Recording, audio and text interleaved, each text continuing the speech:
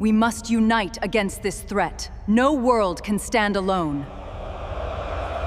The grand chamber of the Cerulean Assembly had stood for 11,000 years. Its walls were carved from living crystal, pulsing faintly with the collective psychic hum of 100 allied species. Today, that hum was laced with something rare in this ancient hall mockery. At the center of the chamber, beneath the towering dais where the Council of Species sat in judgment, stood a single figure, small, fragile, wrapped in a simple gray envoy's coat with no weapons, no escort, no display of power. A human. His name was Daniel Reyes, and he had been sent, alone, to represent a species that, until 3 years ago, no one in the galaxy had even known existed. This, hissed Counselor Thexka of the reptilian Vashtu, is what Earth sends us? A single, unarmed creature with no exoskeleton, no venom, no wings, not even proper claws. Laughter rippled across the chamber. The insectoid Zen collective clicked their mandibles in what passed for amusement. The avian Skarn tilted their crested heads and screeched with delight. Even the neutral observers, usually silent, allowed themselves a low murmur of contempt. "We were told humans were dangerous," said a voice from the Skarn delegation, dripping with sarcasm. "I was expecting fangs. Instead I find a tailor's mistake." More laughter. Daniel said nothing.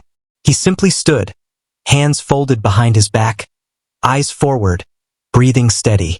Counselor Thexka rose from his seat, tail flicking with satisfaction. "Do you understand, human, why you are here? Your species has been given exactly one chance to prove it deserves a place among the stars. One report, one demonstration of worth. And Earth sends us this." Daniel's expression did not change. "Perhaps he does not understand galactic standard," suggested a Zen delegate, chittering. "Shall we fetch a translator built for a smaller brain?" The chamber erupted again. Somewhere in the upper tiers, a young Skarn diplomat was laughing so hard he nearly fell from his perch. And still, Daniel Reyes said nothing. For nearly 10 full minutes, the council mocked humanity without pause. They mocked Earth's short lifespan of civilization, barely 12,000 years compared to species that had charted stars before humans learned to till soil. They mocked the fragility of human bodies. No natural armor, no venom, no claws, no wings, no gills. They mocked human history, calling it a tragic parade of self-inflicted catastrophes, listing wars, plagues, and follies with theatrical relish. Through it all, Daniel simply listened. He did not flinch. He did not argue. He did not even blink when a Vashta counselor gestured toward him and called humanity an evolutionary accident that stumbled into fire before it stumbled into wisdom. It was this silence, this complete absence of the desperate defensiveness they expected, that finally made the chamber grow uneasy.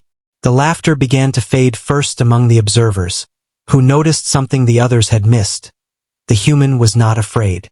Not once had his heartbeat, visible on the chamber's biometric displays hovering above him, risen above resting rate. Counselor Thexka noticed it too, and it irritated him. "You have nothing to say, human? No defense? No plea?" Daniel finally moved. He lifted his head, and his eyes swept slowly across every delegation in the chamber. Reptilian, insectoid, avian, and beyond. "I was told," Daniel said, his voice calm and quiet, yet somehow carrying to every corner of the vast hall without effort, that I would be given the chance to speak once the council had finished.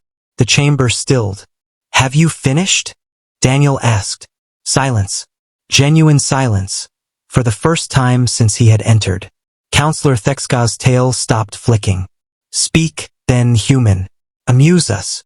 Daniel took a slow breath, and when he spoke again, something in his tone had shifted. Not louder, not angrier, but heavier, as though every word carried the weight of something ancient and unshakable. "You're right," he said.